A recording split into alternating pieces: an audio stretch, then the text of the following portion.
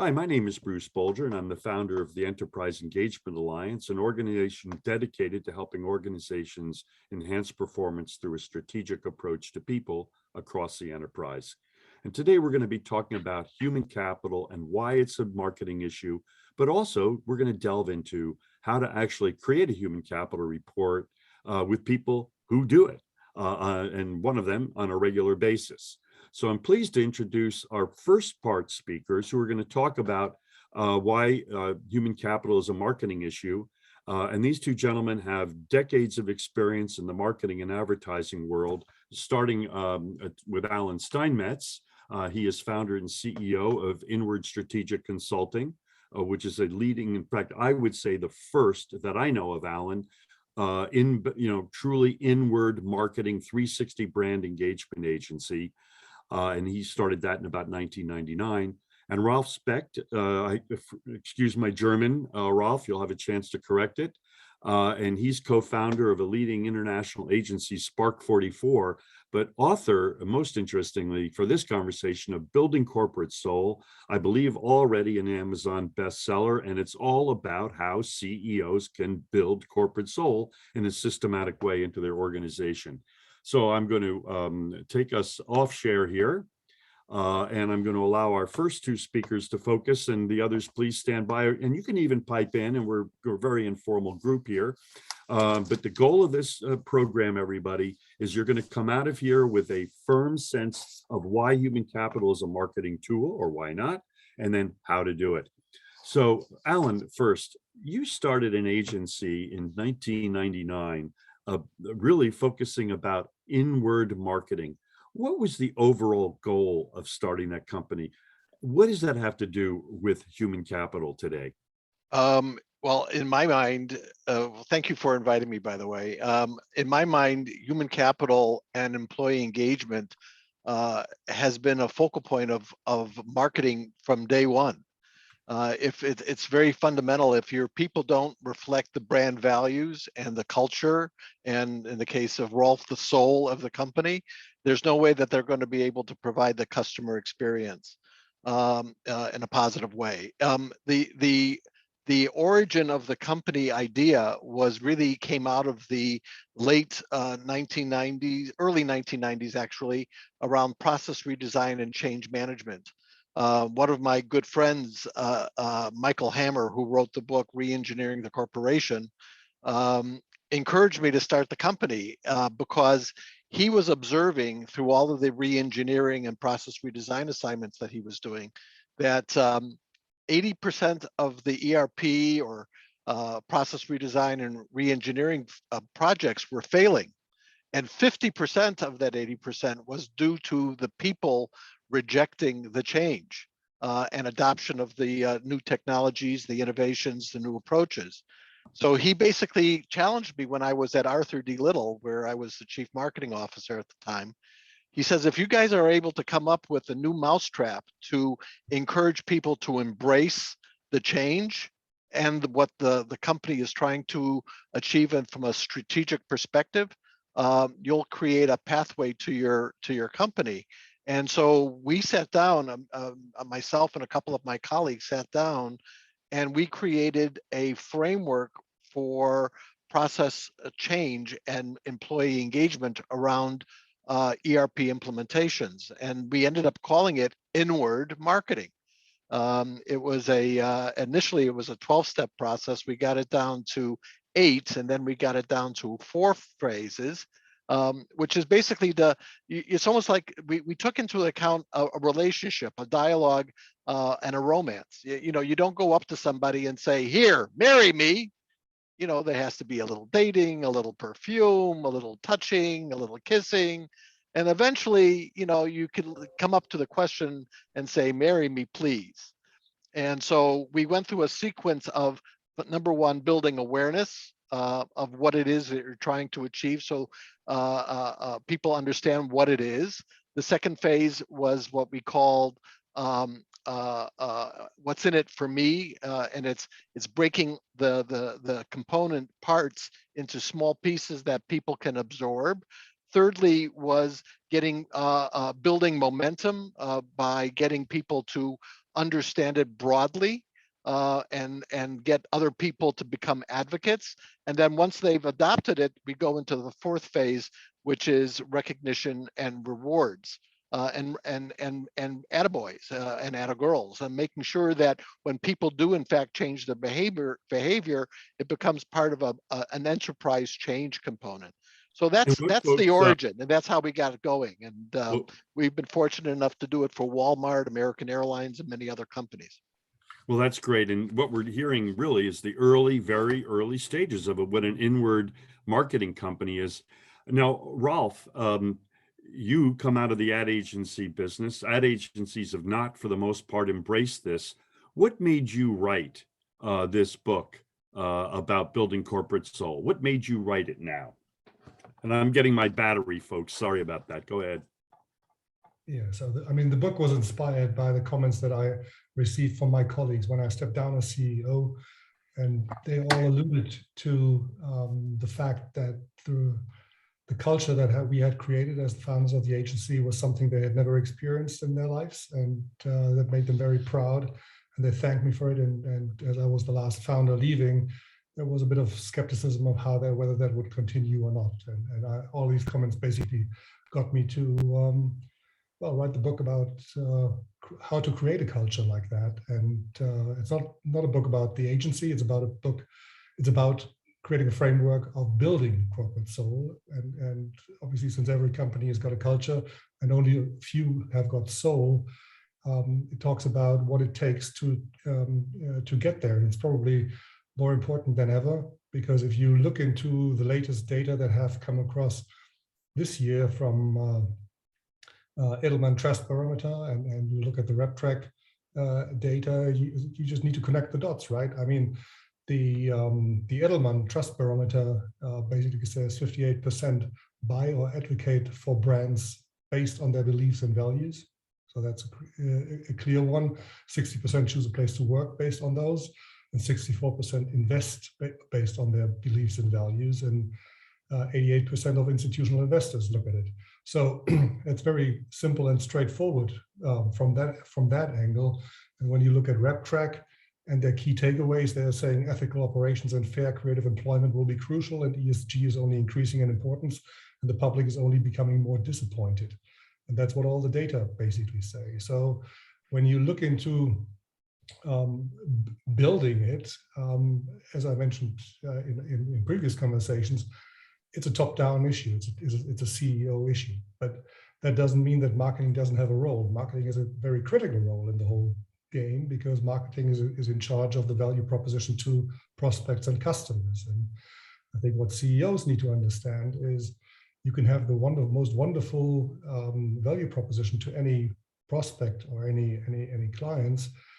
If your employees follow a different path, you're getting into issues, and you're getting into the dilemma of people don't understand what your real beliefs are.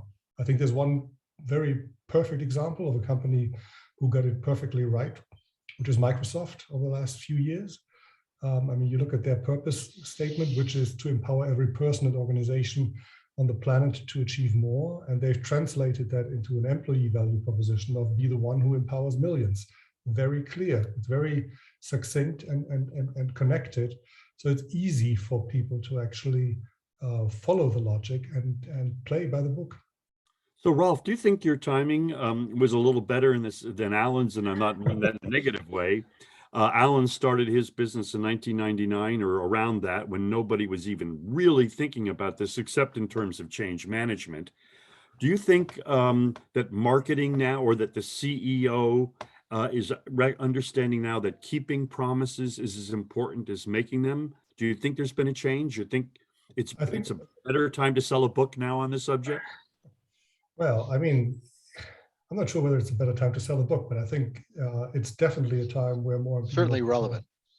Yeah, look at the relevance of the topic, because I mean, 20 years ago, if a company was doing things that weren't as ethical or fair, that like the RepTrak guys are talking about today, then some people would have noticed it and the local paper would have put a report on it, and then if it's become a big scandal, nobody else would have noticed it. And today, if companies get it wrong on many levels, it'll be on social media, you'll have Twitter shitstorm, nothing else. So the impact of misbehavior is significantly higher. And therefore, obviously, there's an attempt to look at it. And I think more and more people have understood, or in the process of understanding, that corporate culture is not a nice to have, it's a means to a more successful business. And obviously, that triggers acceptance. So one of the things, if I could comment on that, build on that a little bit, I agree with what Ralf was saying, but also the National Association of Corporate Directors, boards of directors have just come out recently to say that culture is something that is a moral asset of the corporation, which goes back to the notion of human capitalism as well, is that it's one of the factors that need to be taken into account to come up and in the equation of shareholder value and equity. And they're holding boards and management, C-suite management, for the first time really, accountable for what their culture equation is. They don't always have the answer on how to measure it, but they are taking the attempt and holding it as part of the equity model. The other part of it is that when it fails, we all see it every day. When BP did not do the moral have the moral authority of when they had the oil spill out in the Gulf, it had a huge impact on their business globally. And if they didn't change their culture and their attitudes and the behavior of their people to reinforce what being climate and environmentally responsible meant on a day-to-day basis, they were never going to ever change their behaviors, their beliefs, and how they made decisions. So it goes all the way down into the enterprise, and it goes way beyond just a branding issue. It's an endemic enterprise element that spans, and I know that Ralf would agree, not only the marketing people, but the HR organizations, the suppliers, the vendors, they all have to work together in alignment to provide that perspective on what the brand values and culture should be, so that you can ultimately provide a better customer experience. I'm going to ask you, Allan, why is it, and Solange, we're going to talk shortly with Solange about the economics that's being overlooked, but why hasn't marketing, again, the CEO has to lead this. We know that. Ralf made it clear, but then it has to be implemented, right? Why hasn't the marketing world embraced, do you think, the need to do what both you and Ralf have just said needs to be done to engage their internal audiences? It's really simple. It's about return on investment and accountability and impact. And marketing people are not measured on the enterprise effect. They're measured on the results of the sales of their products, the awards they get for their creative advertising, the digital presence. It's only more recently, actually through a lot of the work that you guys have been doing around human capitalism, that HR and marketing people are coming together, and through the efforts of the boards of directors holding culture and the brand promise accountable, it really is getting to a boiling point. For instance, I was stunned.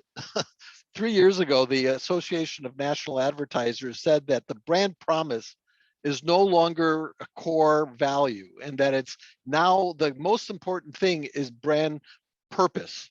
Brand purpose is what represents the brand promise of an organization. Like, where the hell have they been for the last 30 years? I mean, give me a break. It's always been, brand promise was an external message. Brand purpose is an enterprise message that incorporates the employee, the senior leadership, the customer, the vendors and suppliers all working together. You and I have had numerous conversations about this. We call it tri-engagement to some degree, but it's how do you get everybody to believe in what is at core, and Ralf talks about this also, the why.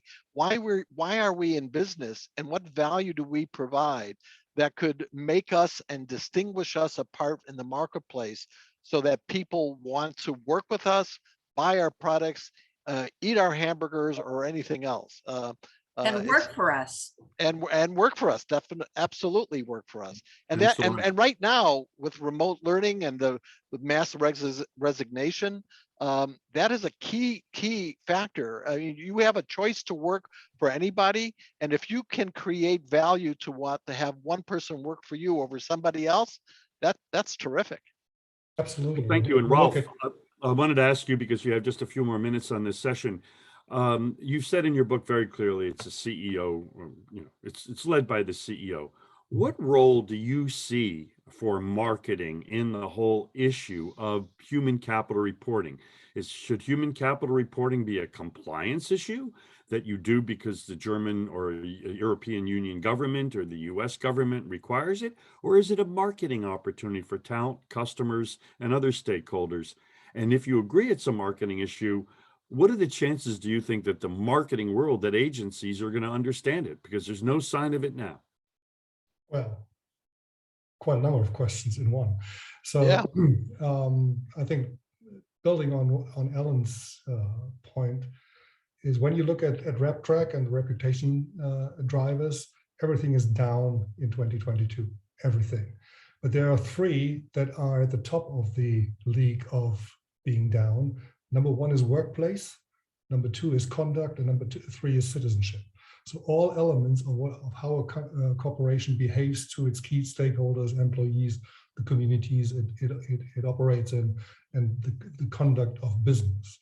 So that is an issue. And as Solange said, the talent market is deeply affected by that. And one of the worst effects on any industry is actually the advertising market. Everywhere you look, whether it's the US, the UK, Germany, all major markets, everybody says we have a real shortage of talent, and that has a number of reasons. I was talking to one of the leading pitch consultants in the US just a week or two ago on that subject, and he said, well, he's been in business for 40 years, and he said it's interesting. In his career, he's seen agency, everybody's being everything to everybody, just to get the business. And he said most recently he had one experience of an agency that he invited to participate in a potential pitch process, that came back to him and said, well, the brief's interesting, the category is interesting, the brand is interesting, but we're only participate if we have a session with them before any real briefing conduct or anything like that, in which we can see whether they are a fit to the values that we represent. So there is a bit of change happening, but it's happening slowly. And I think the question about marketing, the role of marketing in corporations, I cited the Microsoft example, and I think that's a very good example to see where the leadership of the company ensures that the proposition works both externally and internally. And I think that's the role of marketing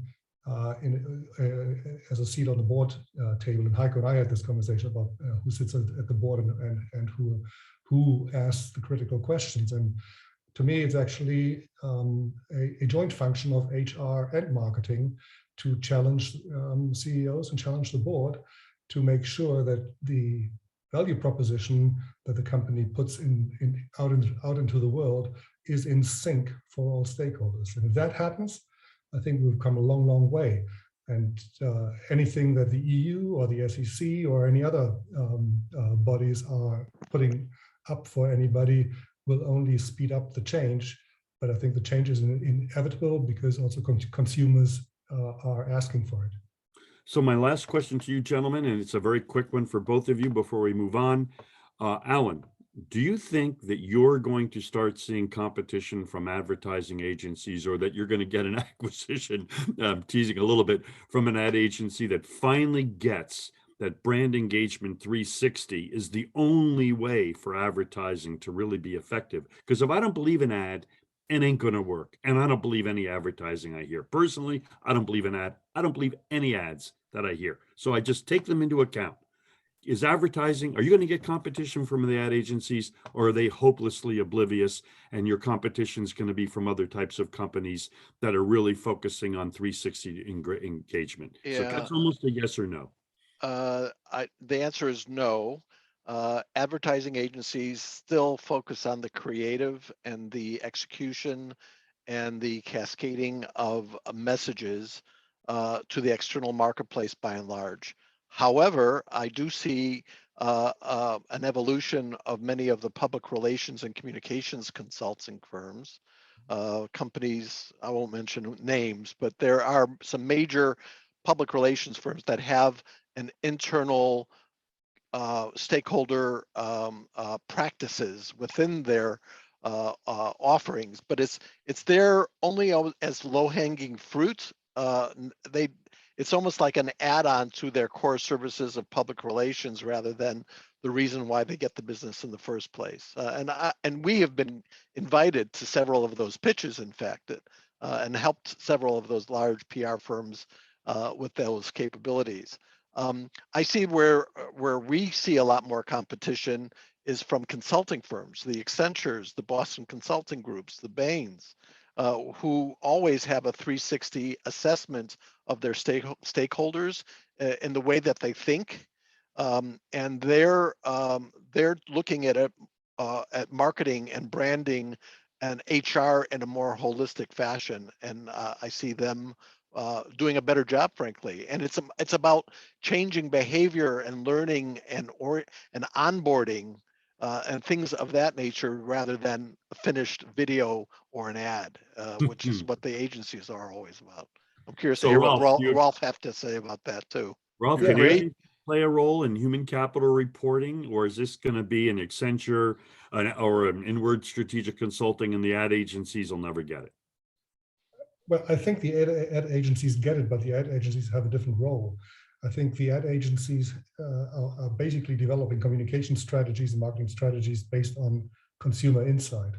And consumer insight tells them that cultural values of companies are critical and are increasingly critical. So they will remind their clients more and more about the promises they're about to make. But it's up to these clients to actually confirm that that is what's actually taken into action rather than just stays on a nice PowerPoint. Well, we're going to have further discussions on this. Ralf and Allan, thanks again for your participation. I want to also thank, we're going to move into our second half now. I want to thank also our many sponsors who make these programs viable. And then we're going to be getting on to our new speakers today. And I'm very pleased to introduce Dr. Solange Charras. I pronounce it the French way, or Charras, a founder, CEO of HC Moneyball, and she's also an adjunct professor on human capital management. Svetlana Gorishkina, I'm sorry, Svetlana, my Russian is a little rusty. She's CHRO of Jet Ruby. They're an international technology application development company. She'll tell us a little bit more about what they do, but they employ a bunch of Ukrainians and Russians throughout the Russian Federation. So they are in a very interesting human resources situation right now. And their company published the very first human capital report, and the very first human capital report in the technology sector that has been verified for compliance with ISO 30414 human capital reporting, which we'll talk about in a minute. And then Dr. Heiko Morderer, and he's board member of 4C Group AG. It's a leading management consulting company in Germany, located in Frankfurt. And he is a specialist in ISO 30414 implementation and audits, and he has now audited 3 companies, and he'll be telling us about that. So I also just wanted to quickly give you one more advertisement, really, for all of our speakers, not an advertisement, but these folks are really at the front lines of human capital management reporting. HC Moneyball is a data analytics company. 4C Group, as I said, ISO 30414. Inward, the first true 360-degree brand engagement company, in my view. Ralf Specht, who's really has really broken in at the right time with his new book about building corporate soul, and we'll learn about Jet Ruby in a second. So I'm going to stop this share, and we're going to move on. These, by the way, are the services offered by the Enterprise Engagement Alliance. These are all free. Books, resources, research, you name it, we've got it. theeea.org. All right, done with the commercials.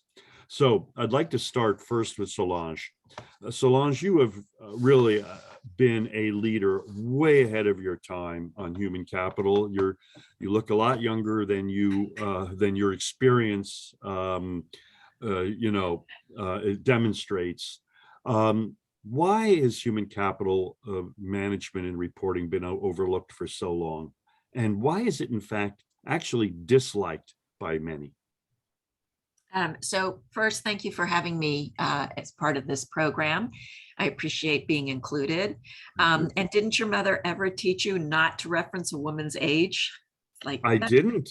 I said you were younger than I am. What more can you get?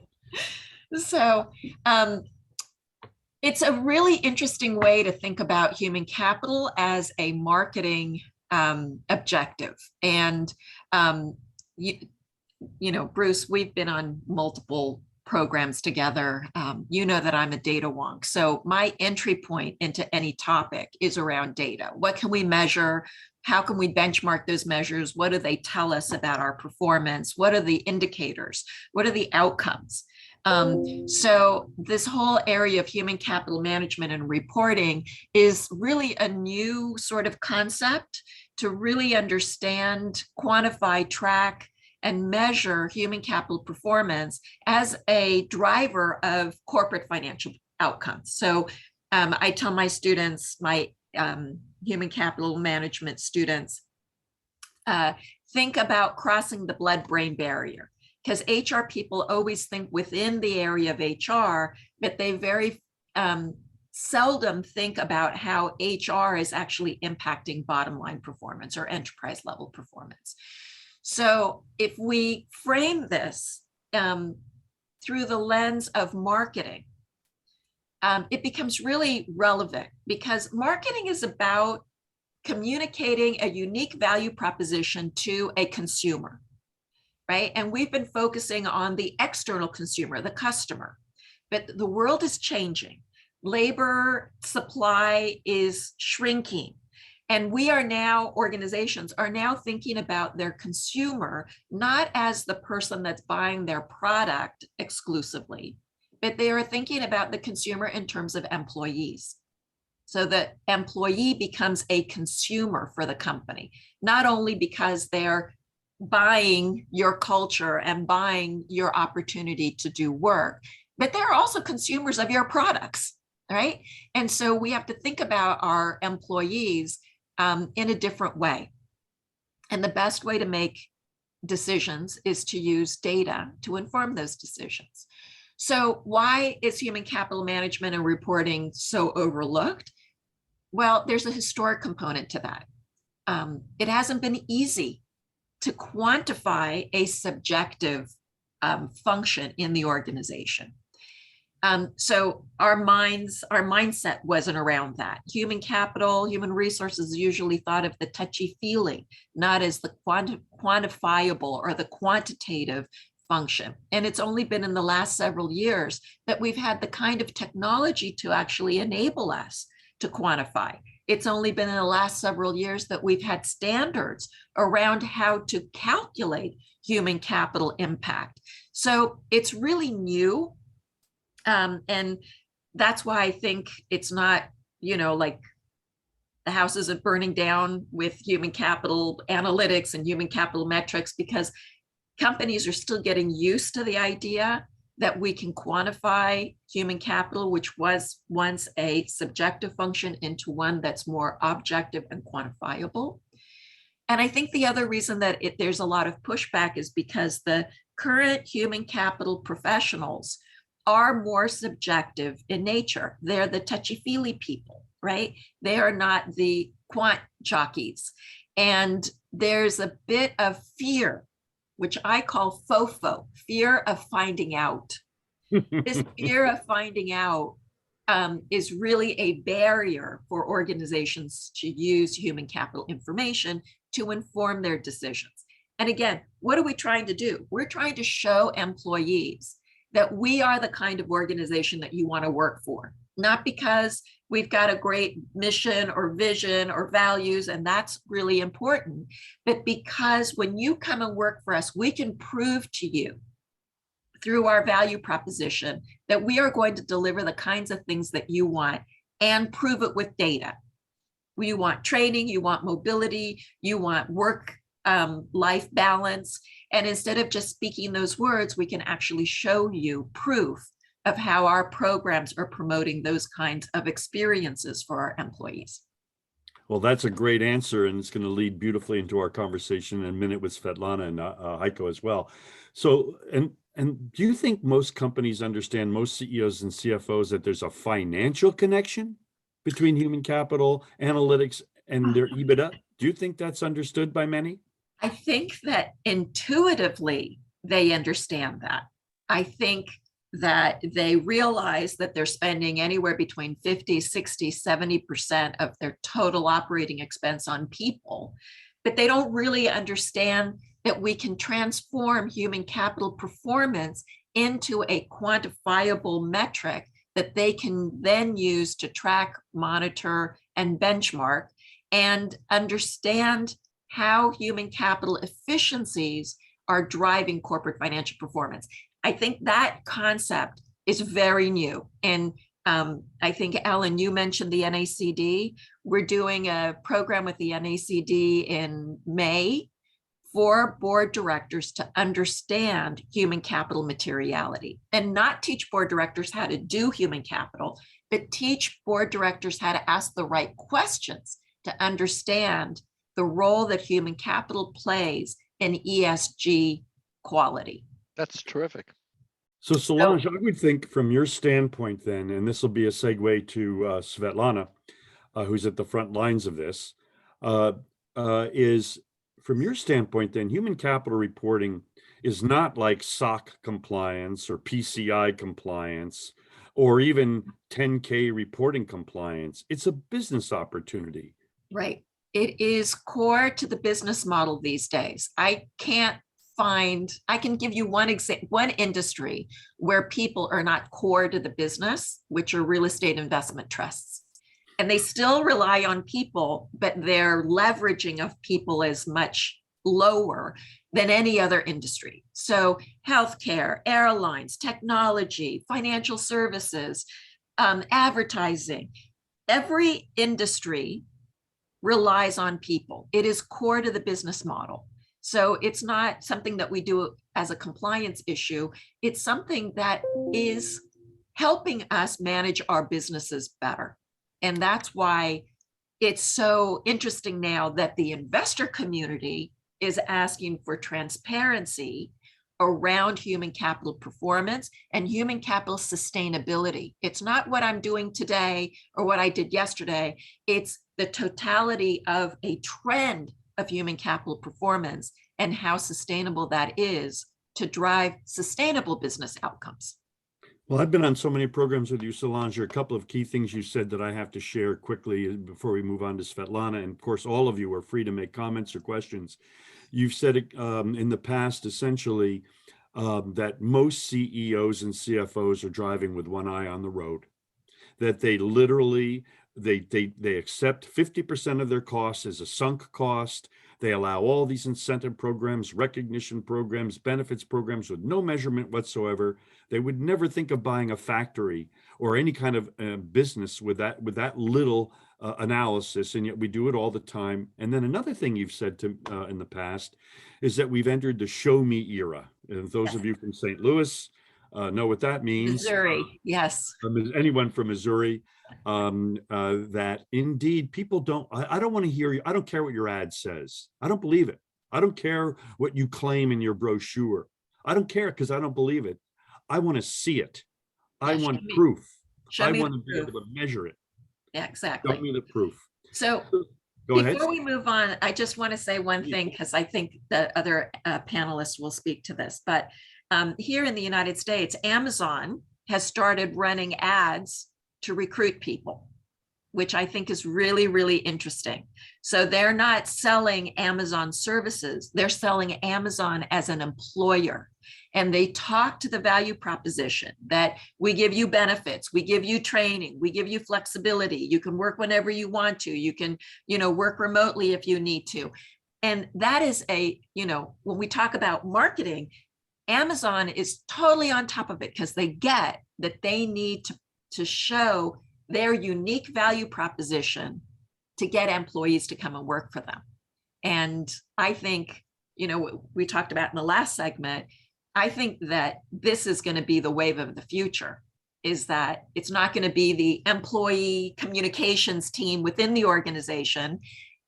We're going to hire professional people to craft and create those employee-centric messages that demonstrate value. Well, thank you. And, the very interesting thing on that, Starbucks just announced they are going to forego all stock buybacks. And they're going to put that money into investing in people because they recognize that the strikes, that the labor movement who would have ever thought that Starbucks would be unionized because it was such a caring company. And now they're facing that. And so folks, the amount of money spent on stock buybacks when in most cases employees are still on survival wages. Okay. Yep.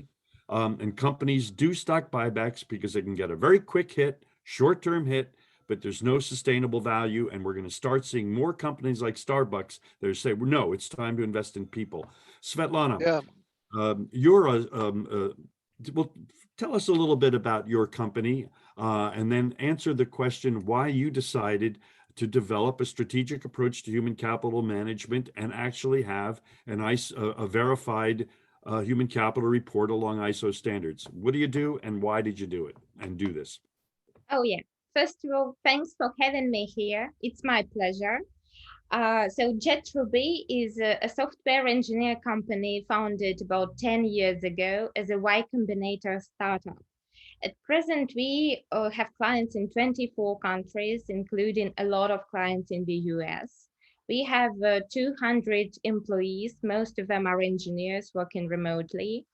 And we consistently maintained 50% revenue rate, annual revenue growth rate, and we plan to have maybe 70% growth rate this year.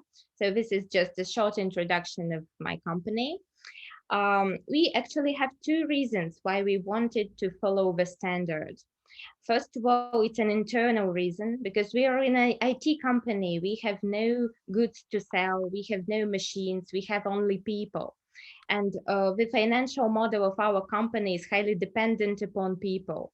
The human resources impact is easily calculated. For example, if we want to start a new project for a new client, we need at least 5 engineers to do it. And in case we lack engineers, or in case our engineers are maybe undertrained, we cannot start the new client. So we lose clients. It's easy. And it's just very easy for us to figure out our key values. So people is literally our key value. And we invest a lot in our people. We try to follow all the latest international standards, including the ISO standards. So it's the first reason. And the second reason is external and purely marketing, because most of our clients question us about the level of our engineers. They want to be sure that people coming into their teams and building their products are highly trained and highly motivated. And it's a nice idea to have some internationally recognized certification, like maybe this ISO certification, just to show to our clients.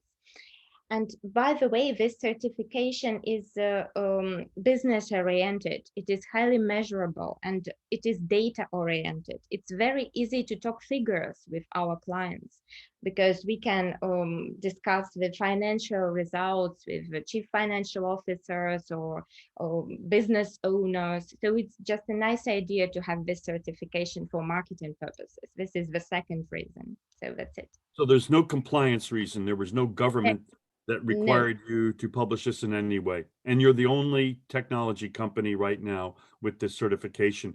So how painful was the process?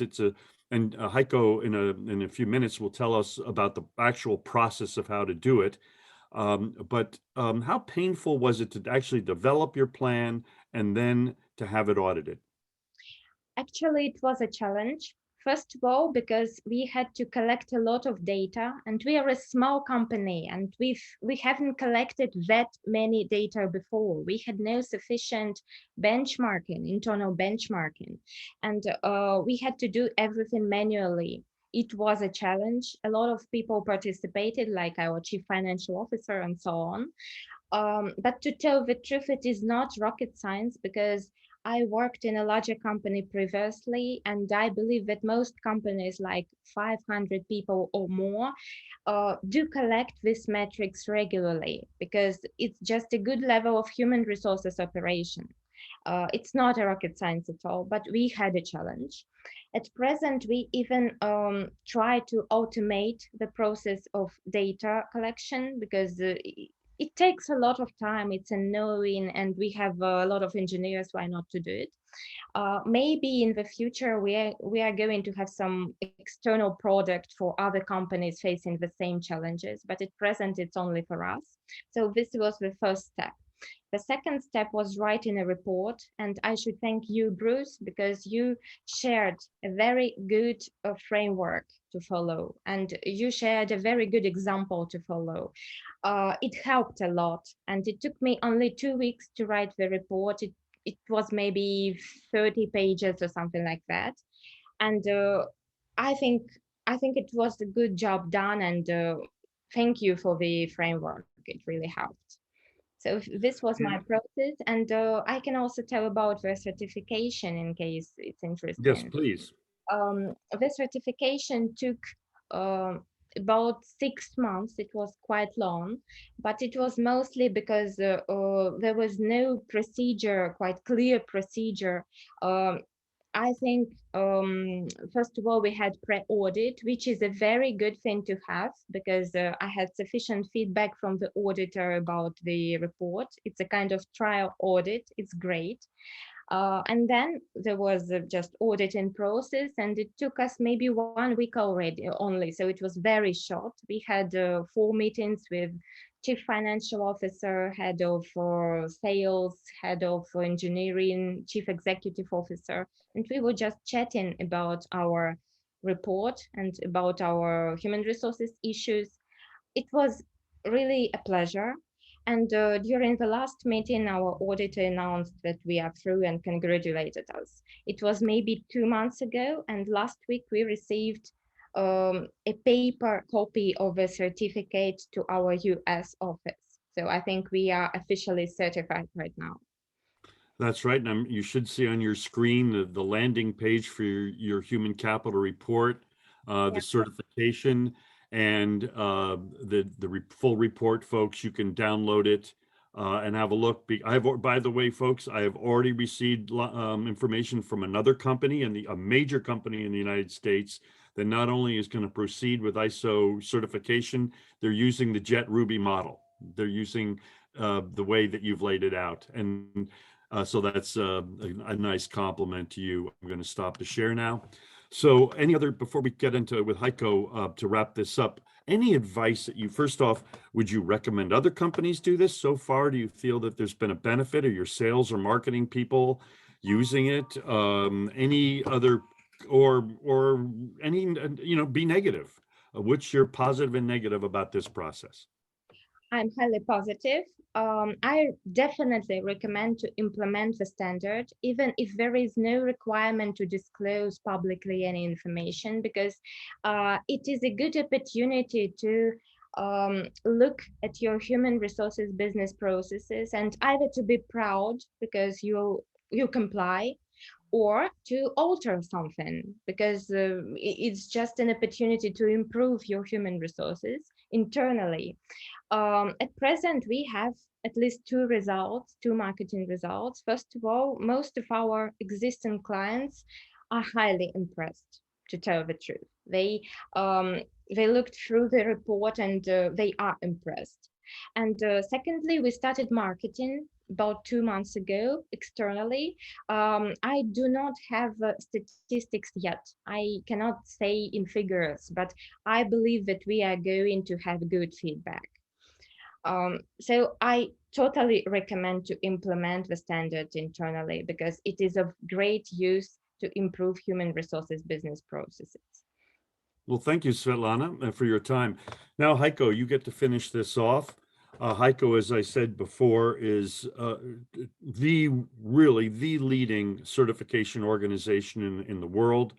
And with full transparency, his company 4C Group is in a sense our US sister organization. We're not financially affiliated, but we market together because a company that develops a human capital report like our company did for Svetlana cannot audit it. We cannot, that is a conflict. So we turn to companies like Heikos, and likewise, if Heiko company helps the companies develop a formal human capital report, he can't audit it, and he has to turn to partners. So we work cooperatively to provide organizations a transparent and objective solution. Heiko, tell us, are your clients doing ISO audits for compliance reason? You have done the first 3 major companies, publicly held companies. That's DWS, that's Deutsche Bank, and that is the most recent, congratulations, released this Monday, and lead story in our media property today, or this week, Allianz. Did they do this for compliance reasons, or did they do this for other reasons? Or is it a mix? Well, first of all, thanks, Bruce, for having me. Certainly, I really appreciate this. And well, the reason why is quite interesting, a quite interesting question. So I've talked to a lot of CHROs in the last years in the ISO 30414 context, and I always ask them why they are considering to implement the standard and why some of them even are considering to get certified by me and my company. So the list of benefits for organizations that I'm now going to share with you is not an academic exercise, you know, that I thought alone of in my office, but it's a condensed real life picture directly from the market about this topic. And I like that you start with the why, because I think the why is the most important reason before you ask about the how and at the end the what. So we're talking about the golden circle here, obviously. So here we go. There are 4 overarching benefit aspects. First of all, ESG. So by being compliant to the ISO 30414 standard, organizations can further position themselves in the context of sustainable corporate governance. It is directly contributing to the S and to the G in ESG. This might be a surprise. You probably can easily picture why 30414 is contributing to the S, to the social aspect in ESG, but it is in fact also contributing to the G, to the governance, to the corporate governance aspect in ESG, because the standard contains aspects like you know, compliance and ethics and organizational culture and things like that. And this is one of the main reasons why a lot of companies consider adopting this standard. Most of them have a pretty good idea how to contribute to the E, to the environmental aspect in ESG.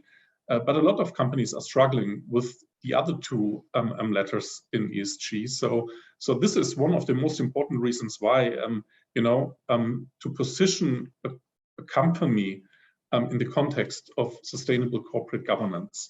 And a second benefit aspect is the further positioning of the HR function, basically. So by implementing the standard, organizations show internally and externally that they further position and professionalize their HR function. It helps HR managers to do their jobs better operatively. And you know, ISO 30414 sets the framework for consistent benchmarking, for example, as Solange told us a couple of minutes ago. And comparison and enabling companies to further increase their performance.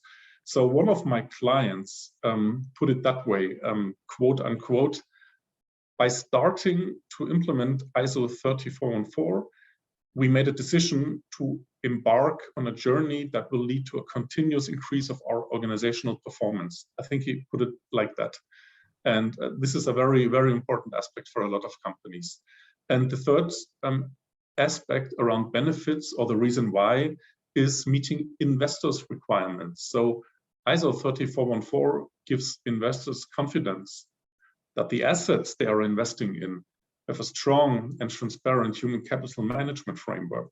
And the standard addresses, investors' needs for confidence, consistency, and validity in the human capital disclosure of organizations.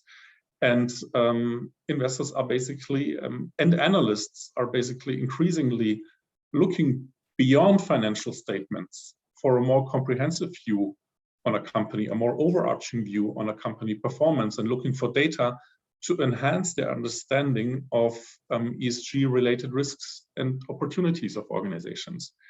And the fourth benefit aspects are stakeholder benefits, and not only shareholder, but a lot of other stakeholder benefits. So by implementing the standard, organizations are in a better position to demonstrate the benefits of having a strategic and systematic approach to achieving goals through people, and for reporting on those efforts to all relevant stakeholders, like not only investors, as I said, but also to talent, customers, business partners, supply chain, distribution partners, and even the communities. And it is important to understand that these aspects are important for those other stakeholders as well. And by implementing the standard, organizations can turn human capital reporting definitely into a marketing instrument for talent and customers. Especially talent is increasingly asking for objective, transparent, comparable, and valid information about potential future employers. So as you can see from that list of potential benefits, there is no compliance issue in there, not a compliance issue in terms of we do this in order to be compliant to the next standard. These are business opportunities. These are business benefits we're talking about. And if you look at these benefits, which a lot of companies expect from adopting 30414 or even get certified against the standard, it is clear that it is not an CHRO only opportunity, but also an opportunity for the whole business. So from my point of view, this is a strategic opportunity and should therefore be on the agenda of the CEO and the CFO and the Chief Compliance Officer as well, not only on the agenda of the CHRO. Well, it's so interesting. Again, you don't mention compliance once, but that is what most people think when they think of human capital reporting. I like to say that it's really the 21st century version of a Great Places to Work award, or even of a J.D. Powers in the consumer, because in a sense, it's really saying, look, here's what we do. Here's our promise. Here's our purpose. And here's what we're doing. Here's our methodologies. And here's how we're measuring our progress. And one of the things I also like about the concept, and this leads to a question of the ISO audits, is that it enables me in certain cases not to reveal very sensitive information. So in the case, say, of Jet Ruby, there might be some information that's very confidential, but they tell people, this is the issue, this is the metrics that we're using. And they don't quite say it this way. I'm not going to tell you exactly what the metrics are, but I'm going to tell you they're not good enough, and we're trying to improve it, and here's how. And by having an auditor like you come in, you can verify that those statements are true. So isn't that really the unique? It's a great place. It's a way to prove you're a great place to work that's validated by a third party. Is that really the role of an auditor in this case? I think that's exactly it. And talking about the implementation, I'm completely in line with Svetlana. Basically, it's not rocket science we're talking about here, right? So at least for mid-sized or larger organizations, the information and the data is there. It's there in the company. Yeah, and maybe about the implementation process itself, if you allow. So the right sequence, or probably a good sequence to tackle this, could be the following 5 steps. So as a first step, you could do a so-called pre-audit, or you might say a quick checkup And this basically is a gap analysis that provides an initial indication of the readiness of your actual human capital reporting on the basis of the ISO 3414 standard requirements. And with this, organizations can better assess the chances of a successful certification and successful implementation. And this pre-audit or quick checkup gives companies a more solid idea of where the gaps are and how much effort it will be to close the gaps. And then based on this, it makes totally sense to finally decide whether implementing or adopting 3414 in your own human capital reporting is the thing that really makes sense for you and your company. So from my point of view and from my experiences, this is a C-level decision, right? And then is the time for implementation, and which means closing the existing gaps between the 3414 requirements and your actual human capital reporting. And there are challenges in this phase from my experience, because there will be a discussion on management level about potential risks, about potential reputational risks, to be exactly, due to the increasing transparency, because transparency hurts. I have experienced this in each and every company that I work with.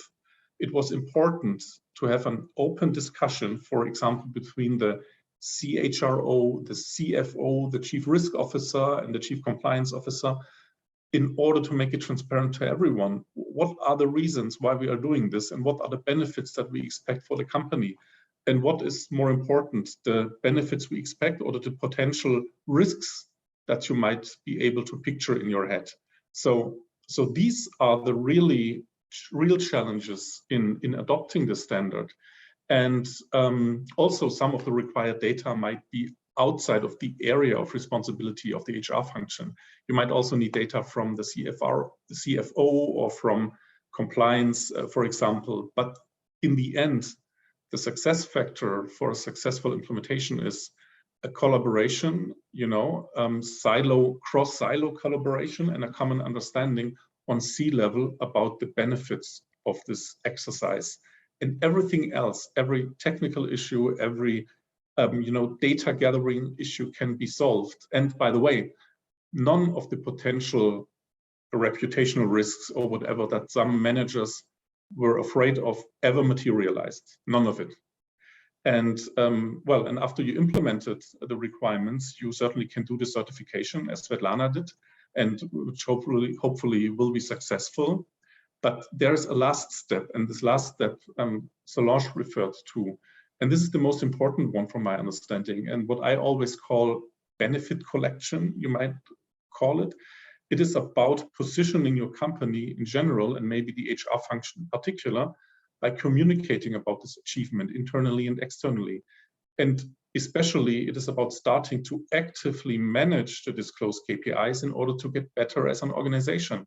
And you can accelerate this, for example, by doing benchmarking, and best practice analysis, by comparing your KPIs with those of other companies that also implemented 3414, because the comparability increased.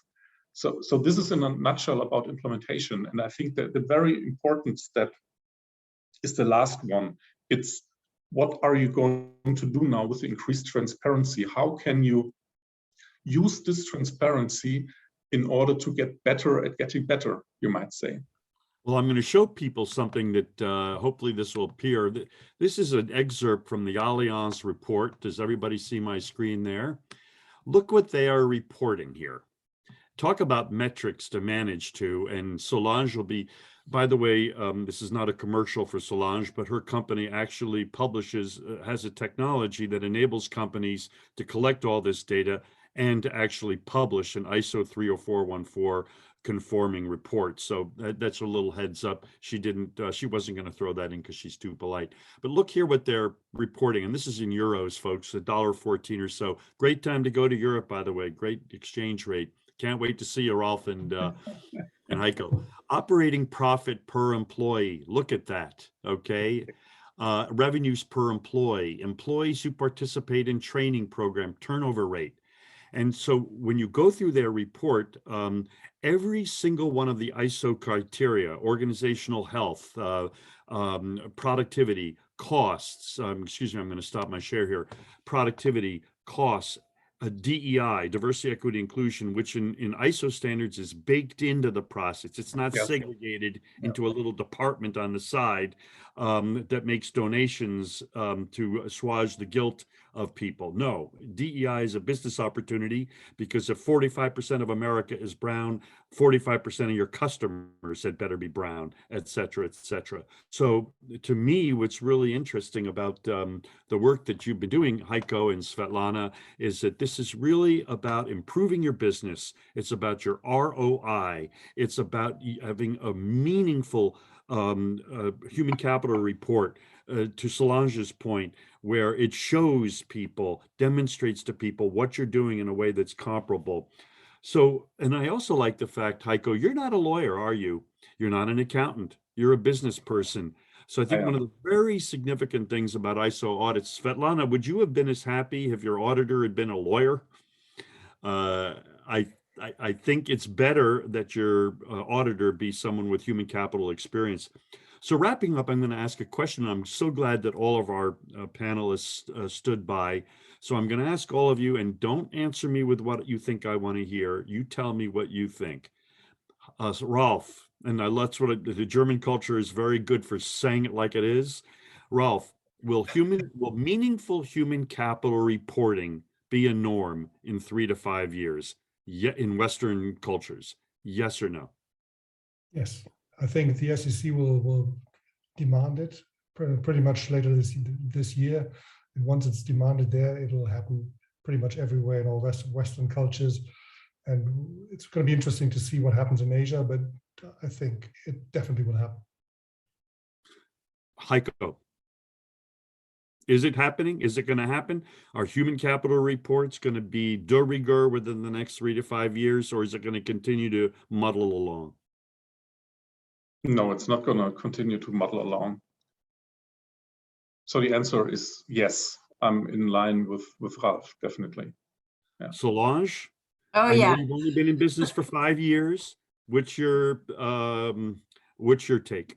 Oh, yeah. And it's going to be reviewed by not only employees, but all stakeholders. Everybody wants to know, including customers, how employees are being treated in an organization. And we're seeing a preponderance of reporting in this area. In fact, Bank of America, that had their human capital report as a separate report in 2019 and 2020, incorporated it into their annual report this year. That's how important it is, that it's not a separate report. They want all, annual report readers to read about their human capital performance. So that's how integrated it's going to be in the future. That's what SAP did as well. You get the last word. 2021. Sorry, Heiko, say that again. SAP did exactly the same for their 2021 annual report. They integrated all the human capital metrics into one integrated annual report, just as Solange, as example, is about Bank of America, right? Yeah, and it's not just SAP and Bank of America. A lot of disclosure forward companies are dedicating entire sections of their annual report to people and people analytics and people issues. So it's happening. It's happening. Allan, you get the last word. Yes or no? You are my favorite cynic. Yes or no? Is this going to really happen in the next 3 to 5 years, or is it going to muddle along? You're muted. You're muted. I'm going to live. Can you hear me now? Yep. I'm going to live up to your vision of me. I think that it's going to be an isolated circumstance for the next 3 to 5 years. It needs a lot more momentum in the marketplace, maybe 10 to 15 years. I think that individual companies may step up, like we've seen, like McDonald's is getting involved because of Carl Icahn and investors. As the environmental, social, and governance issue becomes more prominent and important for compliance, I think that will play a bigger factor. But in 3 to 5 years, I think there are other mitigating priorities because of COVID and other war and financial circumstances, that the priorities are going to go elsewhere. I'm sorry to say. Well, I wish no, I wish that was not the case. Well, we're going to find out. You've been outvoted, and I'm going to vote also that with the folks that think it's now. By the way, 3 to 5 years is still a pretty long time. I'm going to vote with that because if the SEC does move ahead with metrics-based rules, and they're going to metrics-based, okay. That doesn't just affect public companies, everybody. If you do business with a public company, they're going to expect that of you. Just like with environmental rules, you don't have to be a public company to be affected by those environmental rules. You have to do business with a public company to be affected by them. And most mid-sized companies depend upon public companies for their revenue. So Allan, I love your skepticism and I'm glad you voiced it, but we're going to come back in 3 years and have you on the show and we're going to see what happened. Thank you all for your help today to cover this whole field of human capital reporting and its role in marketing. I would like to point out, by the way, that there are a few different organizations, very few for certification. In fact, really, Heikos and mine are the only organizations that do this right now. And the certification that we use, ISO 30414, we've invented a little wrinkle for it. We include customer engagement and community engagement and supply chain engagement. And that is not a requirement for ISO 30414, but it is for our certification. And Svetlana's company has met the broader criteria of all stakeholder engagement. So congratulations for that. Thank all of you for watching. Thank all of you for participating. And we look forward to having you on another show very soon. Thank you, Bruce. Thank Thank you. you.